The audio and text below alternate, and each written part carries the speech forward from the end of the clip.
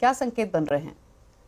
Morning Deepali. और संकेत आप कह सकते हैं कि कमज़ोर है, मगर आप ये भी ध्यान में रखें कि वॉल्यूम्स जो है कमज़ोर है, कम है, पार्टिसिपेशन कम है ईयर एंड की वजह से। तो उस वजह से भी अगर थोड़े से भी अगर मूव्स आते हैं तो वो थोड़े से एग्जैजरेटेड होते हैं, तो उस वजह से भी आप कह सकते हैं कि गिरावट के साथ बाजार बंद हुए। और दूसरा पहलू अगर आप देखें तो कह सकते हैं कि थोड़ी बहुत मुनाफा वसूली भी हुई है टेक शेयरों में, जो बिकवाली देखने मिली। अगर चढ़े इतने हैं तो थोड़ी बहुत मुनाफा वसूली भी साल के अंत में हमें देखने मिली। 6 दिनों की बढ़त के बाद डाउ जोन्स जो है वो शुक्रवार को गिरावट के साथ बंद हुआ। लगभग 350 पॉइंट्स की गिरावट हमें देखने मिली शुक्रवार को। और टेक शेयर्स में जो अंडर परफॉर्मेंस था, क्योंकि टेस्ला के शेयरों में 5% की गिरावट थी, एनवीडिया के शेयरों में गिरावट देखने मिली, उस वजह से जो है वो नैस्डैक और S&P 500 ने भी शुक्रवार को अंडर परफॉर्म करा। मगर इस अंडर परफॉर्मेंस के बावजूद हफ्ते दर हफ्ते तीनों बेंचमार्क इंडिसेस में तेजी हमें देखने मिली, मगर वो तेजी थोड़ी सी ट्रिम हो गई फ्राइडे की गिरावट के बाद। मगर स्क्रीन पर अगर आप देखेंगे तो वो तेजी ही थी। मगर जो संकेत, जो कंसर्न वाली एक बात थी वो ये थी कि यील्ड्स में, जो आप यील्ड्स का आप जिक्र कर रही थी, 10 साल की जो यील्ड्स है यूएस में वो अब 4.6% के पार निकल गई शुक्रवार को। वो मई के बाद का सबसे ऊपरी स्तर हमें देखने मिला 10 ईयर की बॉन्ड यील्ड्स में। और डॉलर जो है वो अभी भी 108 के ऊपर बना हुआ है। तो ये दोनों चीज़ें ध्यान में रखने की बहुत ज़्यादा ज़रूरत है।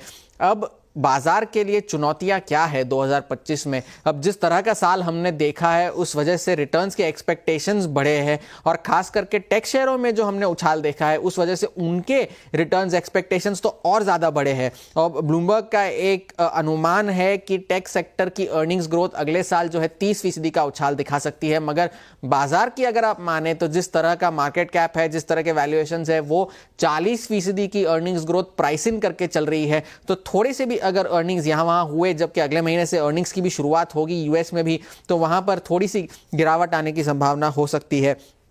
वहाँ पर अब 2 बड़ी दुर्घटनाएं हुई वीकेंड पर। एक तो अजरबैजान में जो विमान दुर्घटना हुई, वहाँ पर इस बात की पुष्टि हुई कि रूस ने ही वो विमान को उसने ही गिराया था, क्योंकि व्लादिमीर पुतिन ने अजरबैजान के जो राष्ट्रपति है उनसे फ़ोन करके इस बारे में माफ़ी मांगी कि ये एक हादसा था और ये कोई जानबूझकर जो है वो विमान नहीं गिराए गए थे। और अजरबैजान के जो राष्ट्रपति है और व्लादिमीर पुतिन, उन दोनों के घरेलू जो है करीबी ताल्लुकात है, उस वजह से उन्होंने खुद फ़ोन करके माफ़ी मांगी इस हादसे में। और दूसरा जो हादसा हुआ वो दक्षिण कोरिया में हुआ, जहां पर भी जो है एक बोइंग 737-800 का जो विमान था वो रनवे से स्किड हो गया, और उस वजह से 181 लोग जो उस विमान में थे उसमें से लगभग 189 लोगों की मौत हो चुकी है।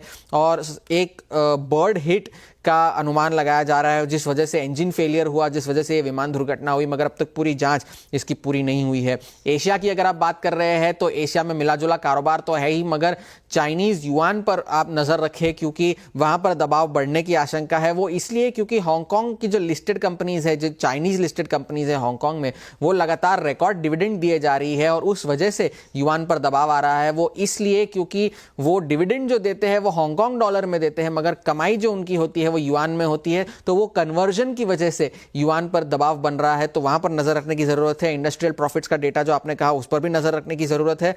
मगर इस हफ्ते कोई ज्यादा बड़े क्यूज नहीं है, क्योंकि नए साल की छुट्टी भी होगी मिड वीक में ज्यादातर बाजारों में, हमारी तो नहीं होगी मगर ज्यादातर ग्लोबल बाजार बंद होंगे, और जॉबलेस क्लेम्स के तो डेटा आएंगे। मगर अगले हफ्ते से जो है वो सारा बड़ा डेटा आना शुरू होगा, क्योंकि ट्रेड डेफिसिट, सर्विसेज पीएमआई और जॉब ओपनिंग्स के डेटा आएंगे 7 जनवरी को।